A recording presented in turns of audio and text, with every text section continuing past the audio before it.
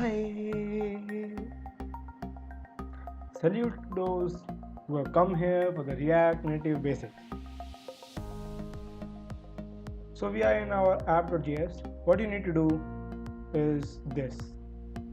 Go ahead, select all, delete, beep, beep, beep.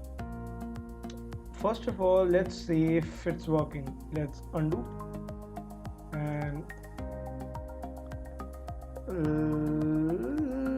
oh, sorry, I was on the mic. I'm sorry.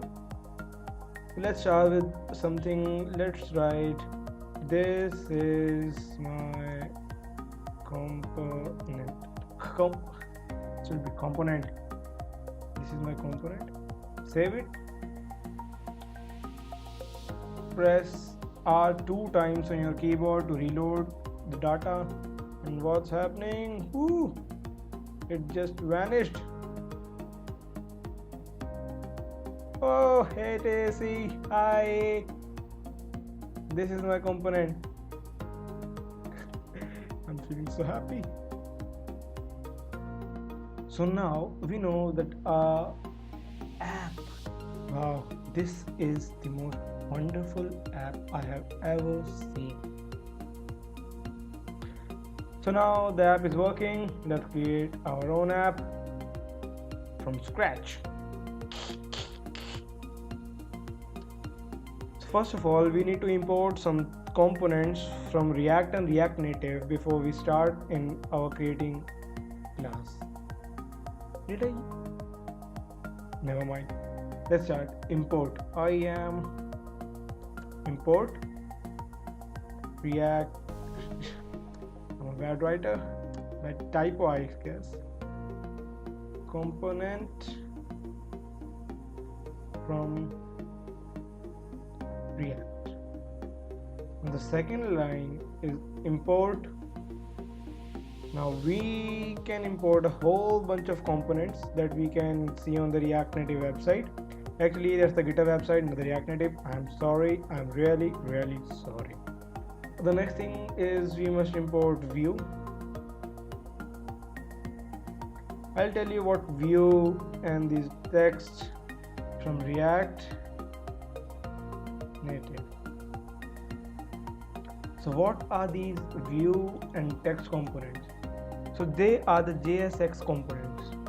JSX, JavaScript Embedded XML components. So more in a human way, like we use the div and the paragraph and the span, these kind of tags in HTML for our website, we used Vue and text for our mobile applications. So what Vue does, Vue is some sort of a wrapper around what we can have in a box. Vue is a box and text is also a box. It's nothing different, but it's a smaller box. So Vue is kind of a div and text is a kind of a span that we can add some data in that. So I'll show you. So let's create a class my, only my, you can name it anything, extends component. Now we need to render something inside this class and we need to return something with that render. How we do that? Render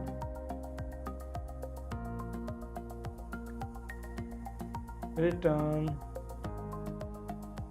And now the main thing that you need to keep in mind is that the return method or the return function, whatever you might, the render function, if I can say it in a good way, the return function returns only one component at a time and no other component. So what I mean here, I'm sorry, I need to do it this serious way. View.